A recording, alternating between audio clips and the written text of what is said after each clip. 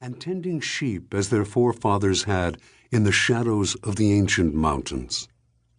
August was always a pleasant month in this part of New Mexico. The nights were cool, the mornings golden. Days were hot and dry, the sleepy afternoons frequently doused by thunderstorms that rumbled in from the west. Gardens swelled with vegetables, flocks grew fat on the grass that greened in the foothills from the new moisture of the monsoonal rains.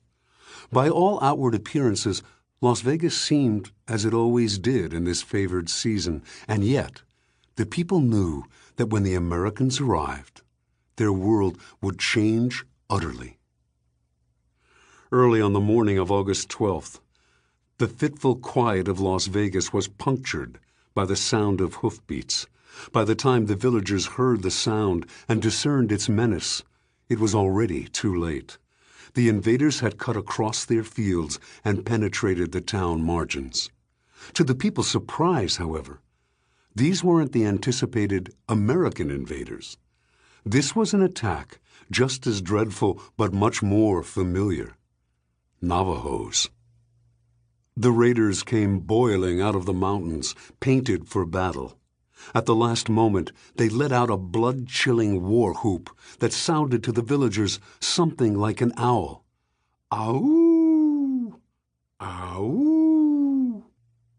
The Navajo warriors rode bareback or on saddles made of sheepskin and guided their mounts with reins of braided horsehair. They wielded clubs and carried shields made of buckskin layers taken from a deer's hip, where the hide is thickest.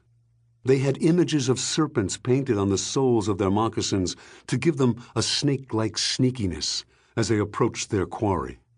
Their steel-tipped arrowheads were daubed with rattlesnake blood and prickly pear pulp mixed with charcoal taken from a tree that had been struck by lightning. Many of the more strange, tight-fitting helmets made from the skinned heads of mountain lions.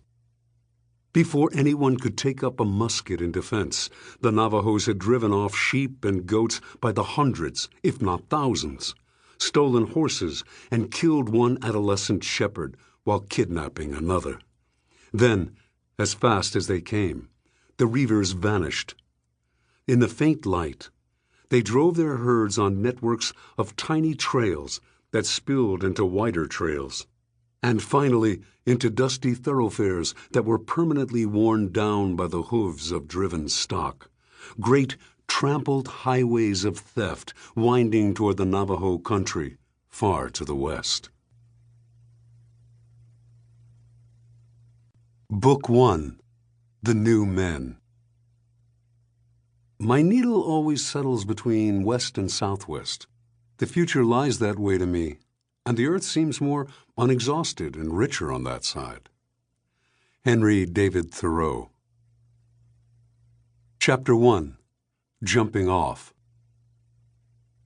In the 2 decades he had lived and wandered in the West, Christopher Carson had led an unaccountably full life. He was only 36 years old, but it seemed he had done everything there was to do in the western wilds, had been everywhere, met everyone.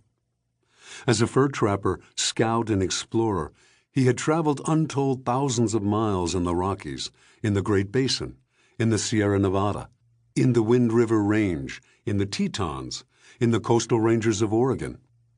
As a hunter, he had crisscrossed the Great Plains any number of times, following the buffalo herds. He had seen the Pacific, been deep into Mexico, pushed far into British-held territories of the Northwest. He had traversed the Sonoran, Chihuahuan, and Mojave deserts, gazed upon the Grand Canyon, stood at the life-leached margins of the Great Salt Lake. He had never seen the Hudson or the Potomac, but he had traced all the important rivers of the West, the Colorado, Platte, Sacramento, San Joaquin, Columbia, Green, Arkansas, Gila, Missouri, Powder, Bighorn, Snake, Salmon, Yellowstone, Rio Grande. Carson was present at the creation, it seemed.